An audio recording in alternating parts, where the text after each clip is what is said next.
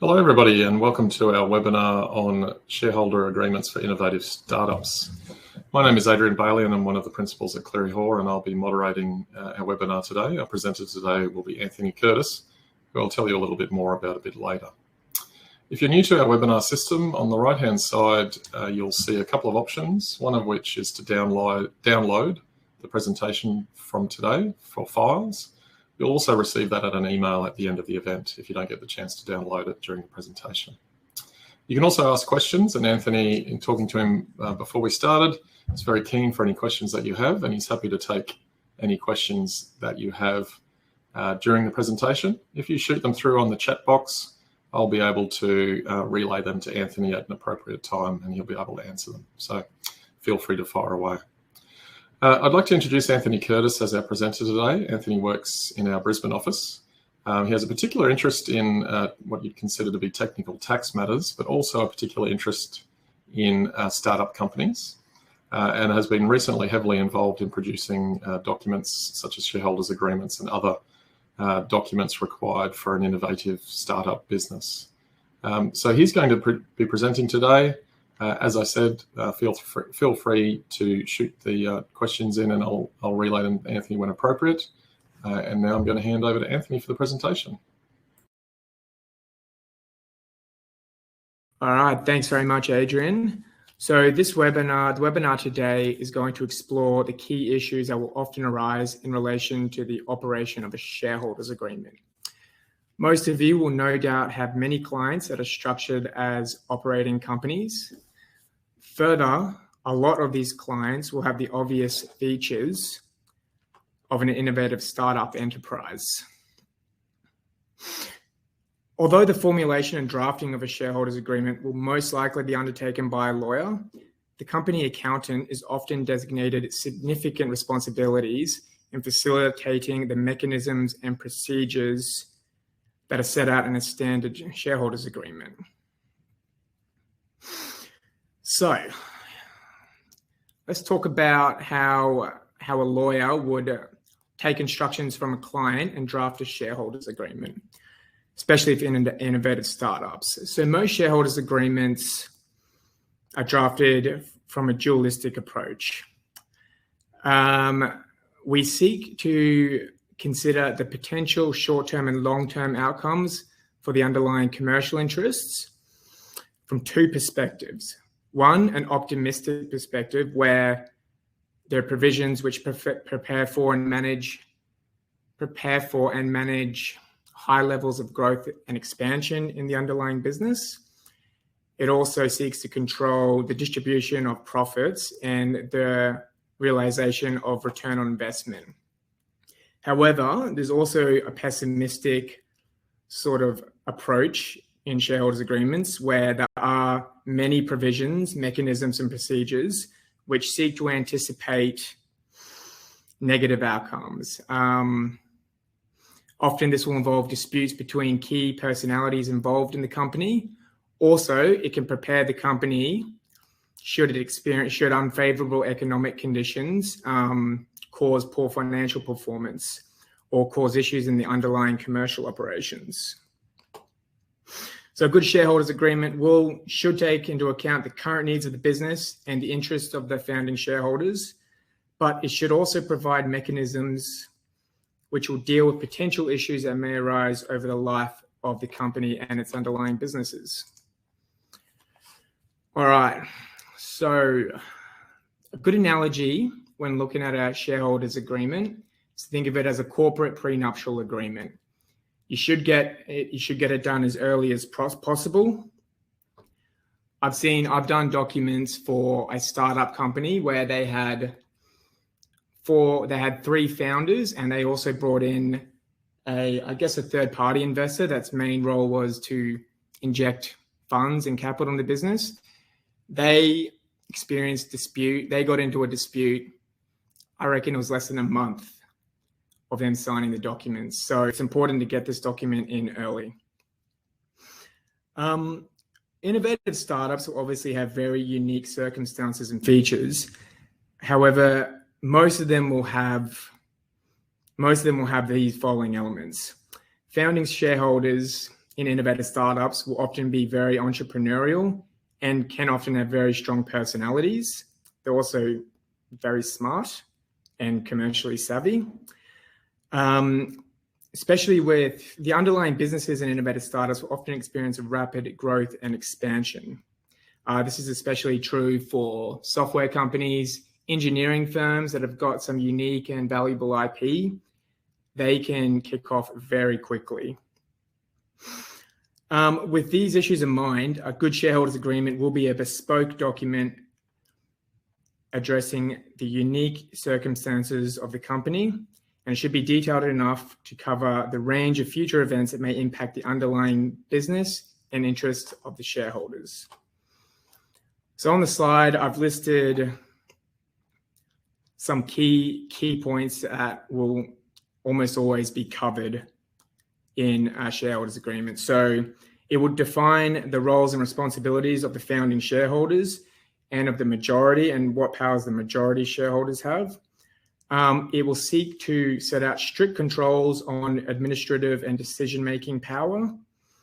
It will provide a mechanism for the introduction of new investors. Now, this can be strict or it can be quite flexible if the company is seeking to raise capital quickly. It will provide exit mechanisms. Now, this is going to be individual exits, which often come from a succession planning perspective, and whole of company exits, which are more return on investment style, like IPOs, business, whole of company sales. It will deal with, most will have a pretty detailed dispute resolution clause dealing with disputes. It will deal with how the company intends to raise capital in the future, whether that be debt capital or further equity capital. It will place controls on how the shareholders deal with their share capital, and it should give some sort of priority or set out how the shareholders agreement will deal with inconsistencies with the company constitution. But as I said before, a shareholders agreement for an innovative startup should be a bespoke document. Shouldn't just be an off-the-shelf agreement. That's never going to work. So I won't read this slide out. This is just a typical structure of a shareholders agreement. I'm sure all of you have seen and read a shareholders agreement before. It's usually set out in this fashion. All right. So as I alluded to earlier, there is going to be a relationship between the shareholders agreement, the company constitution, and the Corporations Act. So let me just quickly set out the groundwork for this. So as you know, a company must have a constitution. Constitution will set out the rights and obligations regulating the management of the company as between the company, its board of directors, and shareholders. The shareholders must comply with the constitution if they hold shares. So a shareholder cannot choose whether or not it accedes to the constitution. Before it obtains shares, it has signed an application, basically accepting the terms of the constitution. Now, a constitution may adopt or displace the replaceable rules under the Corporations Act. Almost always those replaceable rules are displaced, except for the rules that are entrenched. Now, let's talk about where the shareholders agreement fits in.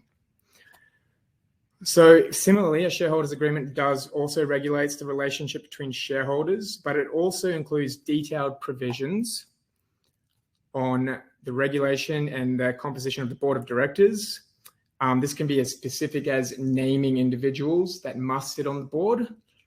It will cover the distribution of powers between shareholders and the board.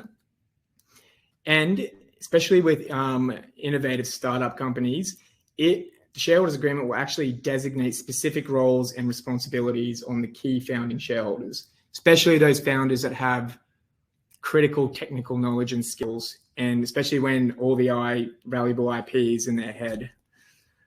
Unlike a constitution, a shareholder must accede to the shareholders agreement to be bound by its terms. Now, this is an important point. Now, there is going to be inconsistency. Now, we do our best to amend the documents to make sure they're consistent. But if there is inconsistency, generally the shareholders agreement should prevail over the Constitution to the extent of any inconsistency. There is some uncertainty about whether a clause to this effect, given priority to the shareholders' agreement, will be enforceable. So generally speaking, lawyers will try and avoid the issue by making sure that the shareholders' agreement doesn't conflict with the Constitution.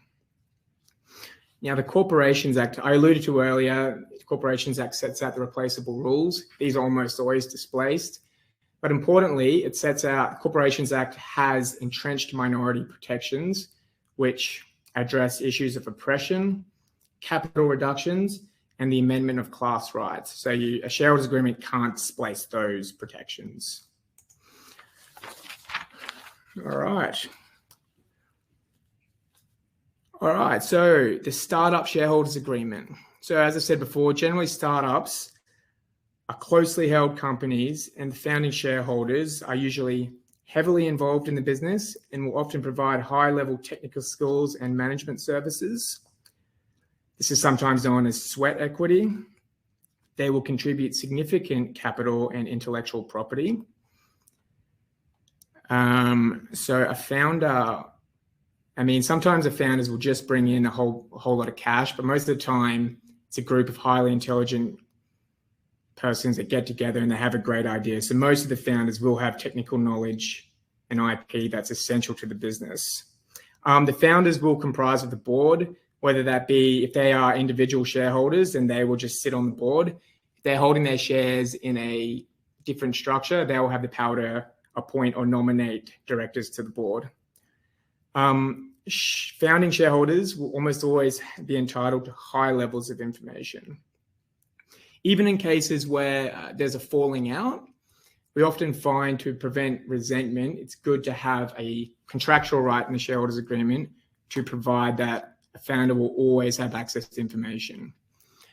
The reason why we do that is there can be a sense of, if a founder is excluded from management, if they don't getting regular updates, they can start to basically form resentments, and their imagination can go wild. So it's always good to make sure that a founder always has access to key information of the company and its underlying operations.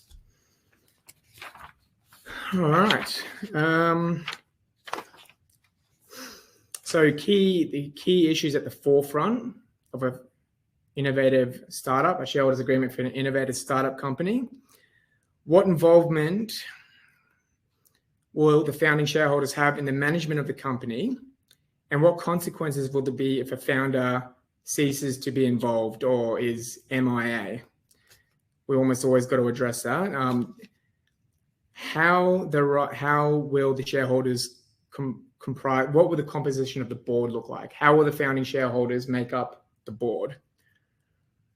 How is the company going to raise capital? Are there going to be provisions which obligate capital calls on the founding shareholders? So a shareholders agreement can set out, although the shares may be fully paid up, there can be contractual obligations in the shareholders agreement, which means the company can call on the founders to contribute further capital. There's often disputes around that because, of course, the company may call on these provisions. Some founders will have the money, some will not have the money. And the consequences of failing to meet a capital call is often dilution. This regularly leads to disputes. Finally, there's going to have to be some sort of policy on the distribution of dividends and the payment of salaries or management fees to the founding shareholders or any shareholder that's fulfilling some sort of management or employee role within the business. So there'll be detailed provisions to that effect. All right, so the roles and responsibilities of the shareholders. So in the early stages, the shareholders and the directors, they will be the founders. It will almost be identical. The makeup of the board and the shareholdings will be in proportion and almost identical. However, throughout the life cycle of the company, things will change. New investors will come on board. So a good shareholders agreement for a startup will actually need to allocate powers between the board and the shareholders and set expectations for the involvement for our shareholders' involvement in the business. Things will change. So you may think I've sat down with clients and they think, well, it doesn't matter. We've got 3 guys. All 3 of us will sit on the board and we'll each own an equal amount of shares, equal percentage of shares. So we don't need to have these provisions which allocate powers. And then you sort of got to explain, well, what happens in the future? What happens if you have a new investor and they're going to want a seat on the board? What happens if a new investor acquires a large minority of shares, say 40%? So these issues, we do have these discussions, and it's imperative that this allocation is in the document. So innovative startups, as I said before, well, I've already harped on this. Innovative startups, the distribution of corporate governance powers between the shareholders and the board is of critical importance. Initially, the founders will always be heavily involved in the business. However, this will change, as I've said.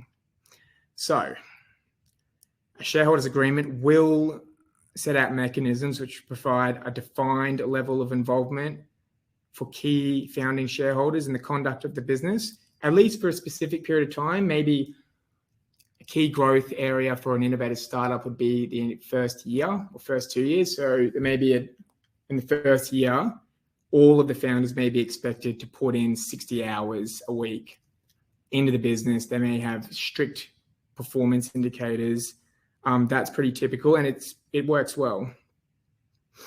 There's also going to be default provisions if the key founding shareholders fail to contribute, first of all, the necessary capital, if there's a capital call, or if they fail to participate in the business at the level of involvement that was expected of them. Now, I'm going to touch on this a bit later, but I think I'm on the wrong slide. No, sorry. I am going to touch on this a bit later, but even in the early stages, there may be a breakdown of relationship and a founder may have to depart or may decide to leave the business. This can create significant disruptions to the business. Even in the early stages, the departure of a founder may trigger a forced sale of his shares or a forced buyback, in which case the valuation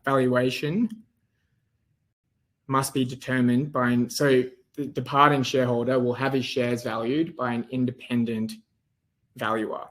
Now, in the early stages, this will often be the company accountant.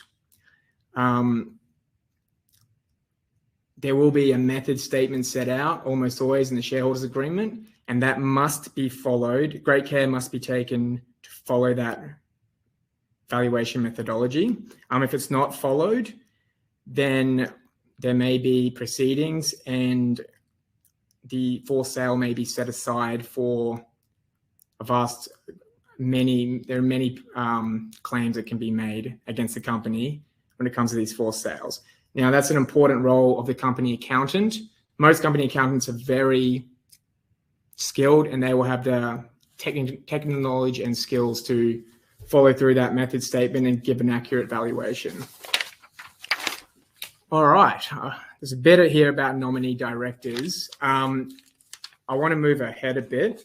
So what I want to say is, in relation to nominee directors, there is, let's just say, so directors, we all know this, directors have a range of duties imposed on them.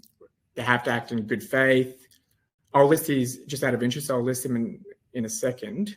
But there's always going to be an issue of when a shareholder nominates his director or a founder sits on the board, they have to act in the best interest of the company, but will this conflict with the appointed director or the nominee director acting in the best interest of the appointing shareholder? Generally speaking, there won't be a conflict because the relevant decisions of the director will be in line with the interests of the shareholder. So the director, in most cases, when the director is acting in the best interest of the company, the director is acting in the best interest of the shareholder that appointed him or her. A nominee director will only really be in breach of their duties if they've made a decision or taken action or that is plainly not in the interest of the company. In that case, they will be in breach of their director's duties. But importantly, I've seen cases where shareholders' agreements, to avoid disputes or avoid allegations, they actually have clauses which seek to avoid conflicts. Usually this is a case of there's a provision which, if there's unanimous approval of the board, then there can't be there's forbearance. There can't be any question that they breached their duties. All right. I've covered all those points. Let's move on to, okay, so again, we're still on the roles and responsibilities of the shareholders, particularly the founding shareholders. Let's talk about capital raising in the early stages. So the founders will already have contributed significant funds, significant early capital, and also blood, sweat, and tears. But to manage the economic uncertainty and potential poor performance in the early stages, which is not always in the control of the company, could be unfavorable economic decisions, a shareholders agreement will almost always address the ability of the company to require additional capital contributions from the shareholders and the ability of the company to raise capital from external sources.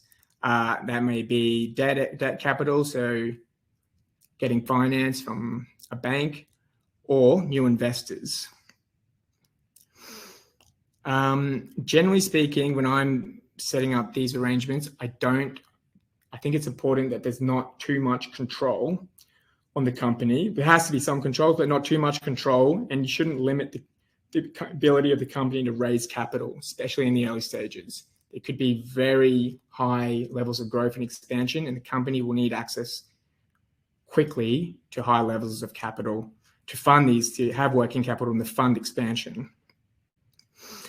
To this end,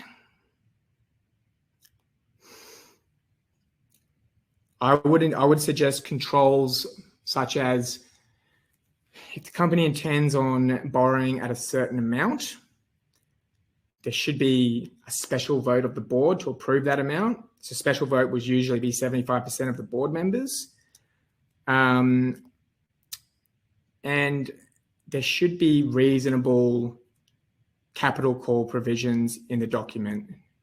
So the company can call on the founders to get further capital. Finally, there's always going to be the opportunity for the company to find new investors, and in the early stages, we should limit the preemptive rights, especially when there's a big investor that could really inject a lot of capital into the company.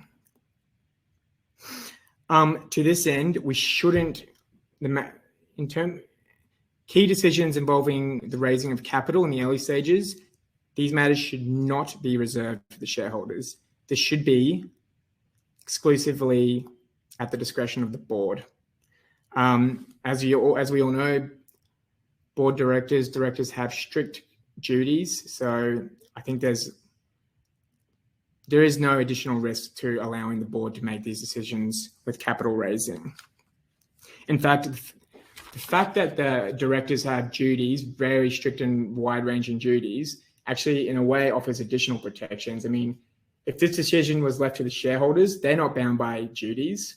They're not bound by directors' duties. So if the shareholders make a decision or make a vote that the company will borrow money, that could lead to a worse result, conflicts of interest, poor decision making. So I would, in the early stages, capital raising should be reserved, and often is reserved for the board. So dividend policies and salaries. So, hey, Anthony, just before you move on to dividend policies, a question on valuation from Harry. Sure. I'd just like to say, hi, Harry, good to see you. I hope Tasmania is treating you well. The question is it good sense to include a devaluing provision if a founding shareholder leaves before an agreed date? For example, 10 to 15% reduction from value and amount to be taken by departing shareholder. Very good question. Very good question. Now I'll give you a quick spoiler, so to speak, because I am going to come to penalties for rogue shareholders and penalties. So it's very common that if a founding shareholder who was appointed to the board, if they've engaged in misconduct or they've breached their duties, it's very common for them to be there's going to be a forced sale almost always, and often there are penalty provisions. So as Harry alluded to, the valuation can be discounted at a rate of 10% or 15%. Now that does create some issues. First of all, this is I don't want to get too in-depth on the legal issues, but penalty provisions in contracts are void, they're invalid. So you can't have heavy penalties in contracts. Now, the courts have held that a provision which heavily discounts the valuation of a departing shareholder's share capital on a forced sale, can be a penalty and that can be void. Secondly, I'm going to come to it, but there's also other remedies that the departing shareholder may have if their sale shares are discounted too highly. Now you can still have discount penalties for misconduct, but they have to be careful and they have to be reasonable. So we're coming to that shortly, and I'm looking forward to it. Thanks, Anthony. That's the only question for now. All right, perfect. All right, dividend policies. So dividend policies and salaries, also management fees. So look, some founders, as I said earlier, there's going to be different personalities. Most personalities or individuals involved in innovative startups, they're going to have the entrepreneurial, larger than life, highly intelligent, but they will have different objectives in terms of their lifestyle. So some founders may have a very expensive lifestyle. Some founders may be very frugal, and there may be tensions between. Some founders may think, no, let's invest all retained earnings back into the business. Let's retain our earnings and let's invest.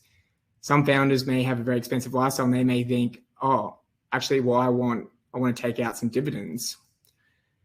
Shareholders agreement has to be flexibility, but there must be a detailed dividend policy, especially in the early stages. It can be time limited to the first 2 years when the company will need to be reinvesting more. But you need to appreciate that the objectives of the founders, even though they may be friends, they will differ. Now, shareholders, you should also set out salaries for key employees. The founders will bring considerable technical skills, management services, and even intellectual property. The shareholders agreement can set out they can provide salary expectations. Of course, then you've got to make sure you've got to give priority to the employment agreement, but yeah, you can set out salary expectations of the key founders.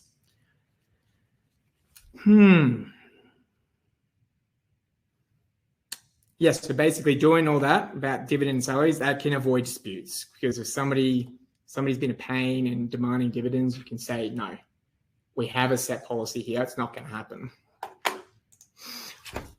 All right. Well, let's move on to decision-making and control. Probably, in my opinion, one of the most important issues that will come up in any shareholders agreement, even for innovative startups. So common problems with an innovative startup. Now, as I said earlier, shareholders agreement for an innovative startup, it's going to have to be a bespoke agreement. It's problematic if lawyers just generate a precedent, an off-the-shelf precedent, and don't take proper instructions from the clients. That's not going to solve the issues that will be raised in the future. The way we do it is when we have an innovative startup, we'll bring in all the founders. We'll take instructions from each of them together. We'll have a meeting. We'll take instructions from all the founders together, and we'll get a very good idea of what the shareholders agreement needs to look like, the key issues it needs to cover. We'll also take a look at the constitution of the company if they've already registered the company, and we'll try and get consistency there. But the important point to note is it has to be a bespoke document, and no innovative startup is the same.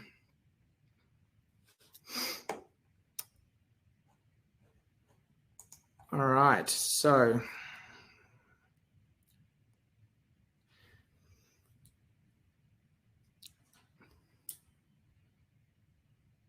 give me 1 second. I'm just getting my bearings.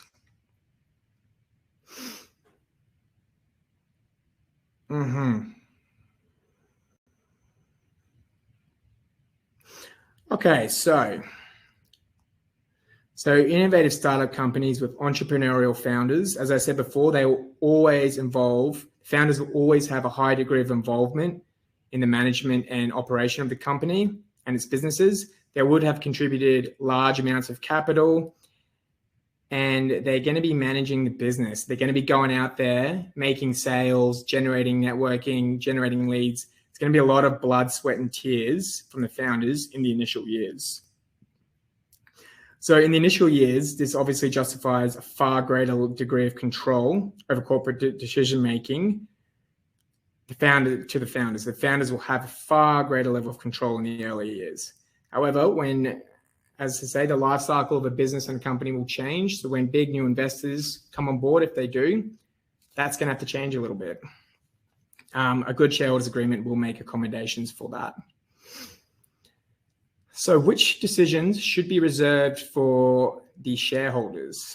I mean, most companies will allow shareholders to pass a circulating resolution. When you get more shareholders, it's sometimes easier just to have a board meeting.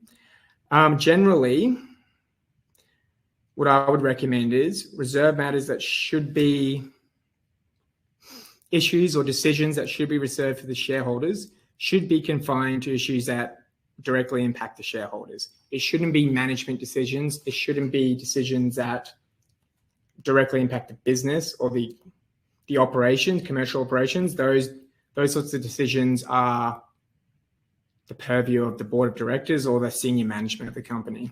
So what decisions should be reserved for the shareholders? Anytime the business wants to enter into a restructure, so corporate restructures and reorganizations, they can often take a heavy toll on the shareholders' rights. The alteration of shareholders' rights, there may be different classes of shares, so with different rights. Any changes to those rights should go to the shareholders, to a general meeting. Changes to the constitution, and that's an interesting one. Initially, it doesn't matter because the shareholders and directors will be the same people. But when new investors come on board, usually to amend the constitution, you're going to put it to a special resolution.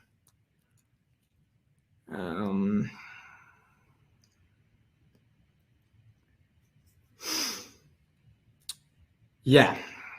So mainly issues that involve the shareholders.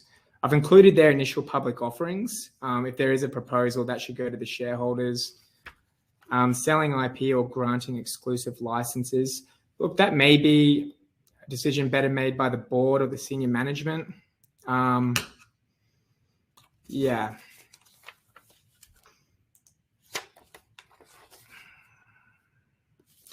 All right, so change in control. So this is very important early on. You've got to identify who the ultimate controllers of the business are, at the end of the day, who holds the ultimate economic ownership and control of the company.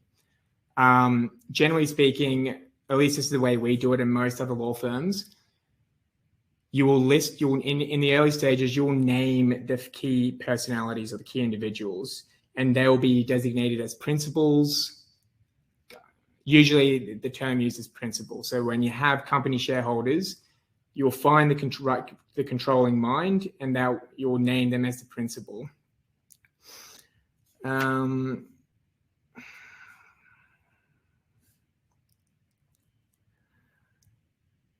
So the shareholders agreement will contain a list of provisions which will be triggered if there is some sort of change of control in a shareholder. There are many triggers which can change control, change of shareholdings in corporate shareholders, shareholders of trust, the change of the controller of the trust. The key point is you don't have to go into too much detail about listing every single possible event that might cause a change of control. There are good provisions which cover the field, so to speak. The difficult issue is, what do you do when a key shareholder there is a change of control and there is a change of the ultimate economic ownership of the business? Entrepreneurial founders won't want to work with children or spouses. Often they won't want to work with it. So there needs to be mechanisms which deal with these issues. Usually, often the case is there's a provision where there's a forced sale and the current shareholders get the preemptive right to purchase the shares of a shareholder if there is a change in control. That brings with it a range of issues, though.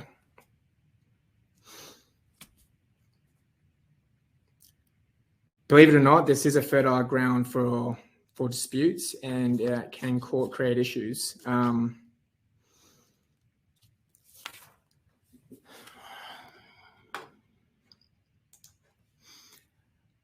All right, new investors. So after a couple of years, the company has established itself. It may be highly successful. It may generate some interest in investors to expand a new operation, a new project, a new venture, or simply it may be a good opportunity for the founders to get some return on their investment.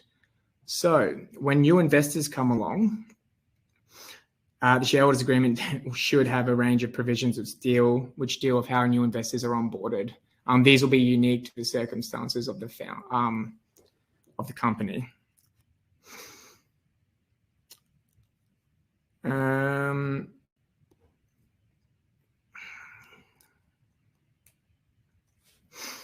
So key issues. So when a new investor comes on board, are they going to have the power, depending on how much shares they have or the percentage shareholding they acquire, are they going to have the ability to appoint a nominee director?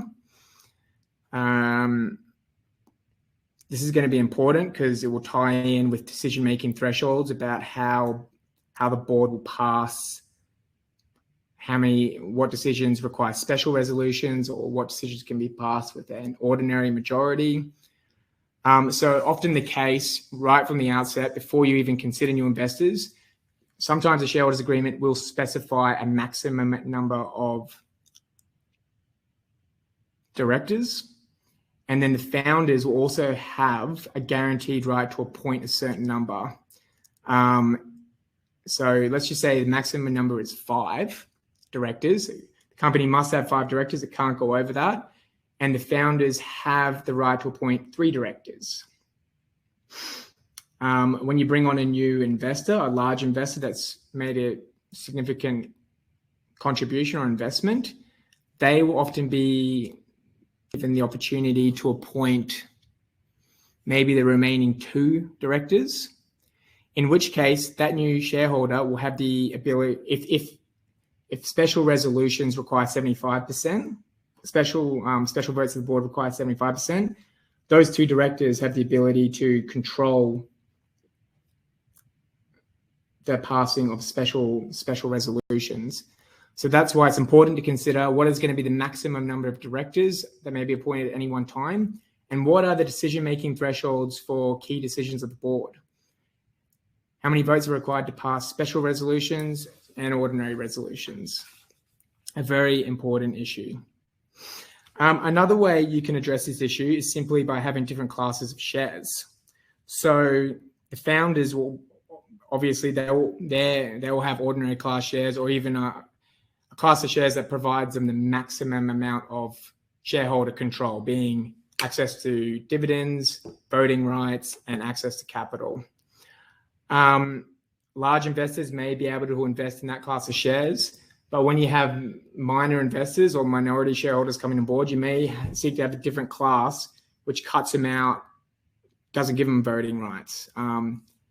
Very common and effective way to onboard investors. Shareholders agreement will, so long as it's consistent with the Constitution, these provisions can be set out in shareholders agreement. All right. So the next slide is on preemptive rights. But before I move on to that, I want to talk about an issue which you'll all be aware of. It's the protections against the dilution of shareholdings. So generally, protections against dilution come in two forms. As I alluded to earlier, setting out decision thresholds for certain decisions can prevent the dilution of shareholders' interests. So if there's a threshold of 75% board resolution, a resolution that's passed by 75% of a board, special resolution, if there's a requirement for that to happen before there can be any changes to the underlying capital, that provides protection against dilution. Another way you can do it is by giving preemptive rights to the current shareholders or the existing shareholders, which seek to maintain the status quo. This can be the case where the company wants to issue new shares or where the existing shareholders want to dispose of their shares. Preemptive rights should cover both of those cases. How does this tie in with new investors? So a shareholders agreement needs to be careful because, as I said before, we don't want too many controls on bringing in new investors, especially in the early stages. So how do we deal with this? Having preemptive rights, which appropriately protects shareholders against dilution, but also giving the company and the board flexibility to get new investors in and inject capital into the company.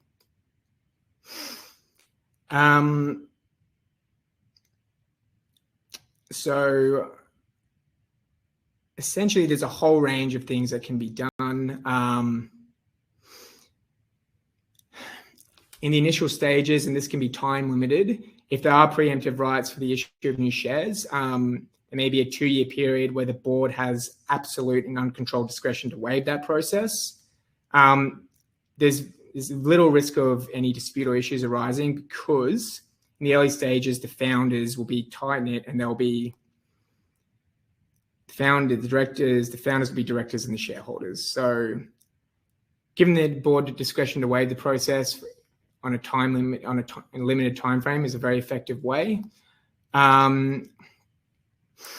Another way would be to allow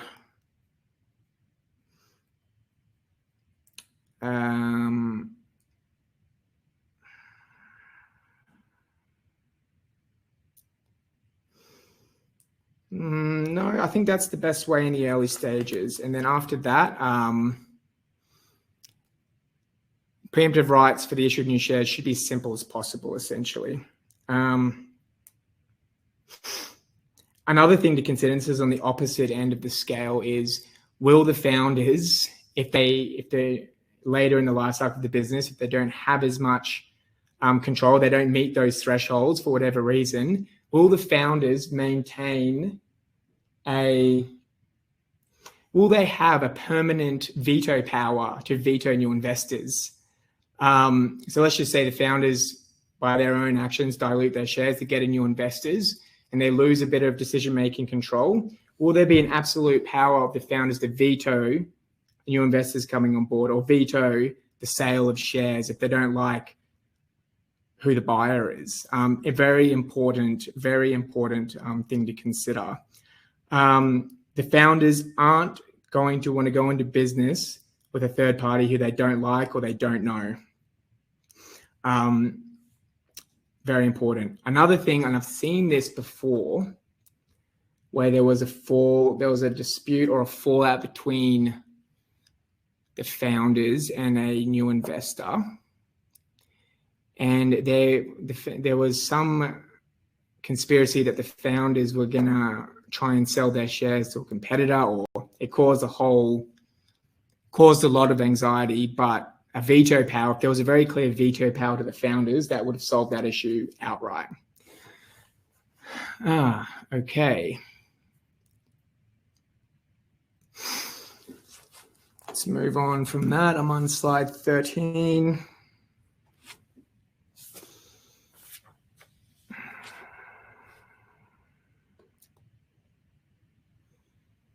Again, it's important to remember that there needs to be flexibility to bring in new investors, because they're gonna inject capital into the business. They may inject IP. You may find an investor that's has a similar commercial operation. You may want to do a merger. It's very important to have flexibility with innovative startups.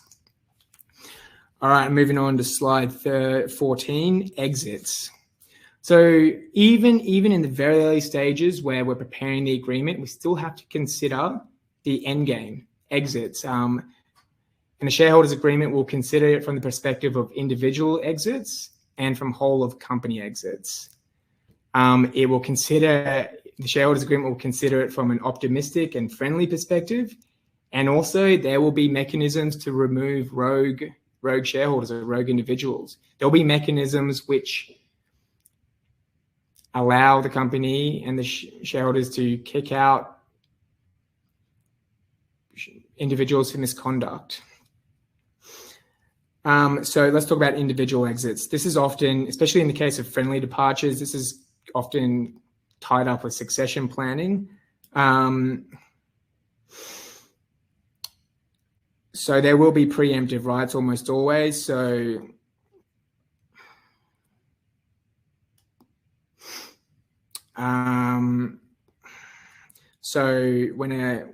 when a shareholder, even a founder, if they want to retire or depart the business, they will have to offer their shares to the existing shareholders, and there will be a market, and that will be at market valuation. Again, often the company accountant will step in to do that, or if it's the business has become more complex, you may engage a registered valuer. Even with the registered valuer, you can still set out the method statement for the valuation. Let me just see what my next slide says. Tag and drag. Okay, now whole of company exits. This is going to be more from a return of investment perspective, where maybe a large competitor wants to buy out the business, and they offer, maybe the innovative startup has disrupted an industry and a large competitor has gone, all right, we want to shut them down. So they just basically make an offer that the founders can't refuse. I'm going to go to the next slide soon, but tag and drag rights become very important in these cases. Maybe the founders, there's an opportunity for initial public offering. There's an opportunity for the company to go public. I've never come across that, but it does happen. So sometimes there will be provisions which require the appointment of an independent advisor in these scenarios, or maybe there's a board subcommittee, which will usually be the founders, which is triggered and established if a proposal is made for a whole of company exit. Sometimes the shareholders agreement will even set out predetermined benchmarks and key predetermined benchmarks, for example, purchase price. If the founders receive an offer to purchase all the shares and it exceeds a predetermined threshold, maybe there's a trigger mechanism which forces a sale. Or maybe it forces the directors to put the issue to a general meeting, a vote of the shareholders. Again, shareholders agreement will be a bespoke document, and we will discuss these issues with our client when we prepare the document. All right, let's talk about drag and tag rights. Very important. I'm sure everyone knows what they are, but I'll quickly just set the groundwork. So tag rights are more relevant for minority shareholders. A typical drag along provision allows a minor shareholder to tag along with a majority shareholder or group of shareholders that form a majority.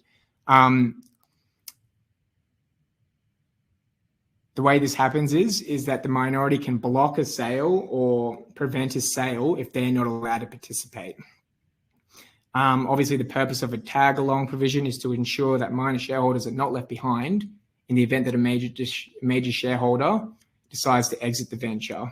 Now, a major shareholder may be one of the founders that has key technical knowledge, and it may be that it's impossible to operate the business without this person. So that person is going to depart. Tag rights become very important for the other shareholders because maybe the business is worth nothing without this key individual. So drag-along rights, this is more relevant to majority shareholders. So drag-along rights are generally provided to a majority shareholder or a majority forming block shareholders. Typical drag-along provision allows a majority shareholder or a block of majorities, or majority forming block, to drag the other shareholders into a joint sale of the entire venture. It means that if the controlling shareholders, the majority shareholders, find a buyer for the entire business or 100% of the shares, all shareholders may be forced to join the sale. So key issue, what percentage of shares must be sold, or what percentage of shares triggers a drag-along or tag-along right? So typically with a drag-along, if the majority of shareholders, if they get an offer to sell 100% of the shares and 50% of shareholders are on board, that would typically trigger a drag-along. They can drag along the other 50%. There may also be, as I alluded to earlier, thresholds. So it may have to be, a drag-along right may also be subject to the proposed offer being 15 or 20% above market value, the market value of the shares. Again, there may be a requirement for the accountant to value the shares.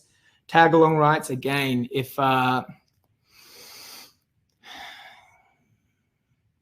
again, let's just say 50%, a shareholder or a block of shareholders propose to sell 50% of their shares.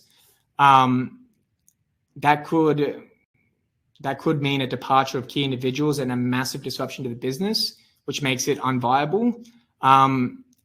If 50% of the shareholders intend on selling and departing, there should be tag-along rights, which says, well, the buyer has to buy all of our shares at market value plus 10%, or you can't sell.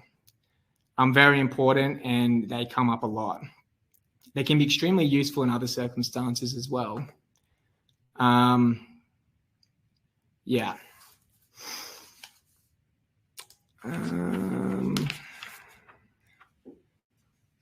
That's slide 16. So friendly departures versus the removal of rogue shareholders or rogue individuals. Sorry. So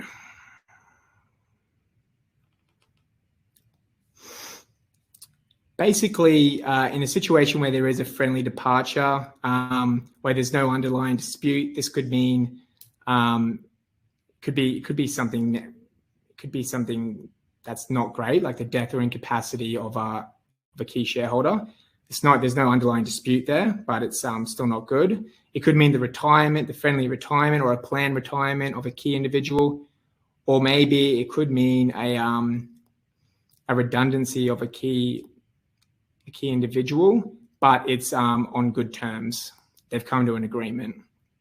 So in these circumstances, generally, a shareholder who departs on friendly terms will have flexibility to dispose of their shares in accordance with their wishes.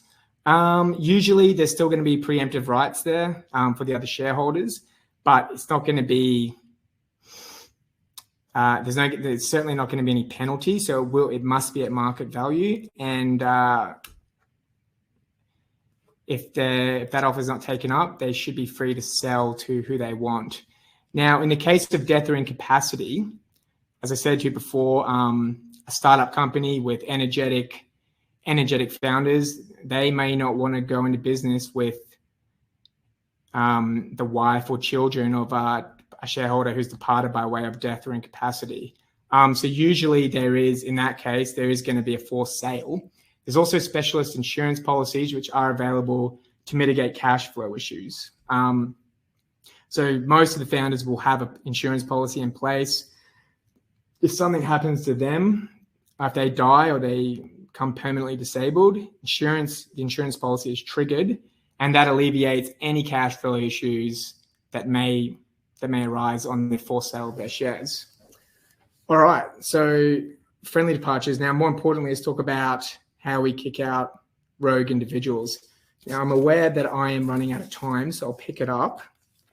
So typically, there's going to be provisions which will be triggered if there is some sort of misconduct on the behalf of a key individual. Insolvency events will often be a trigger. Sometimes it's just a requirement. Sometimes a founding member will just disappear. They won't attend the business premises. They won't fulfill the responsibilities that was contemplated of them. So let's just say that there may be a trigger of simply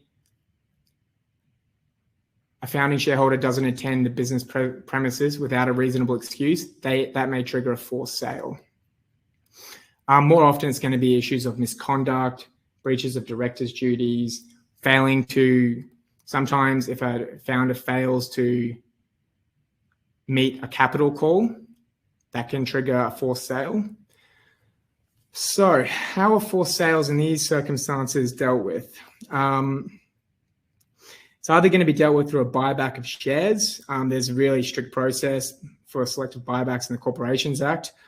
So that can make things difficult, or there's just going to be a forced sale with preemptive rights to the existing shareholders in their proportion. Now, this is where I'm going to talk about some issues about whether you want to discount the market value of a rogue individual that's going through a forced sale, and the risks of having a discount that penalizes them unreasonably. So often a shareholders agreement will provide, sorry, give me 1 second. So often there will be provisions where there is a forced sale of to get rid of a rogue individual or someone who's engaged in misconduct. There will be provisions which provide that their share capital is discounted at a rate of anywhere between 10, I've seen it anywhere from 10 to 15% of the market value of the shares.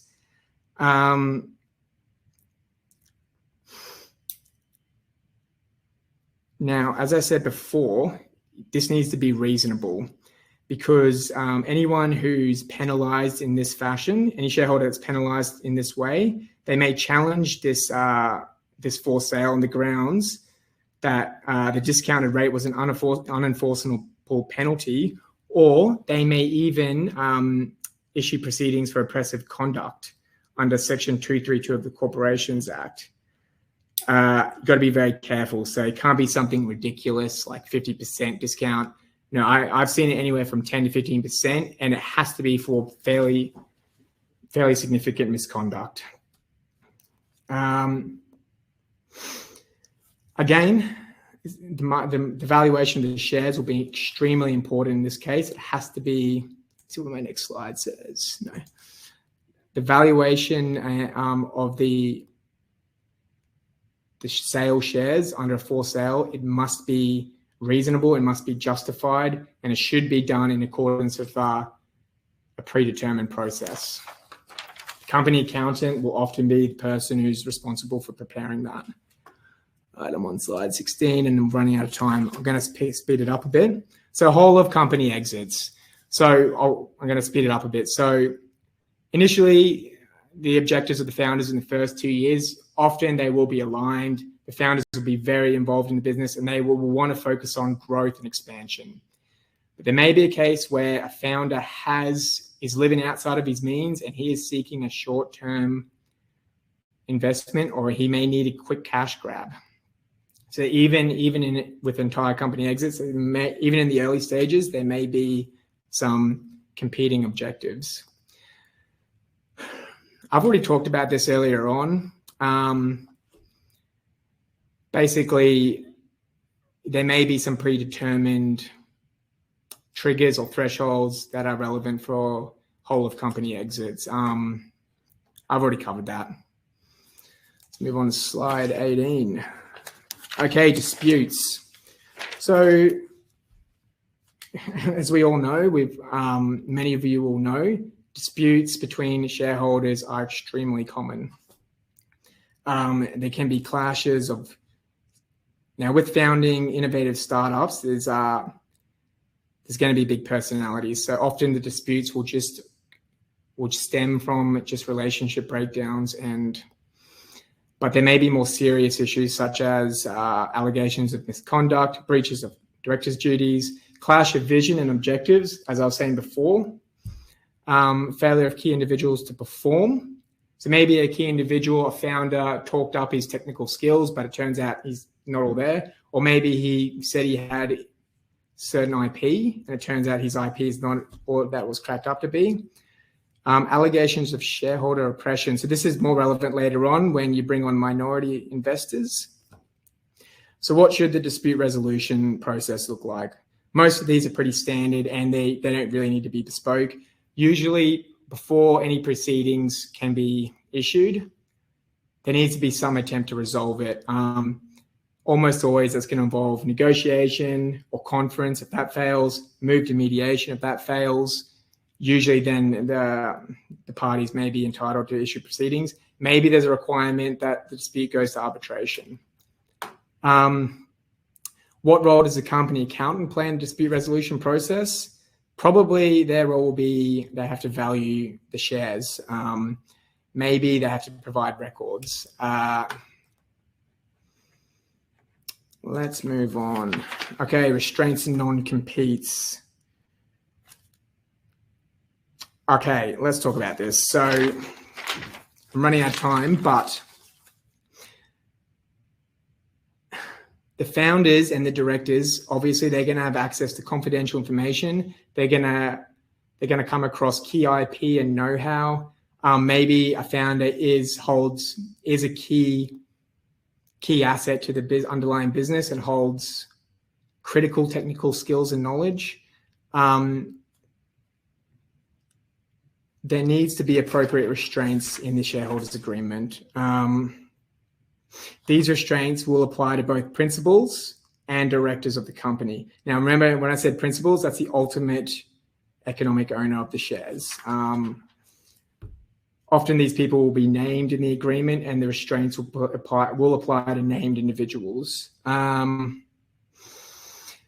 So a restraint has to be reasonable, and it must only go so far as to protect the legitimate interests of the company and its commercial operations.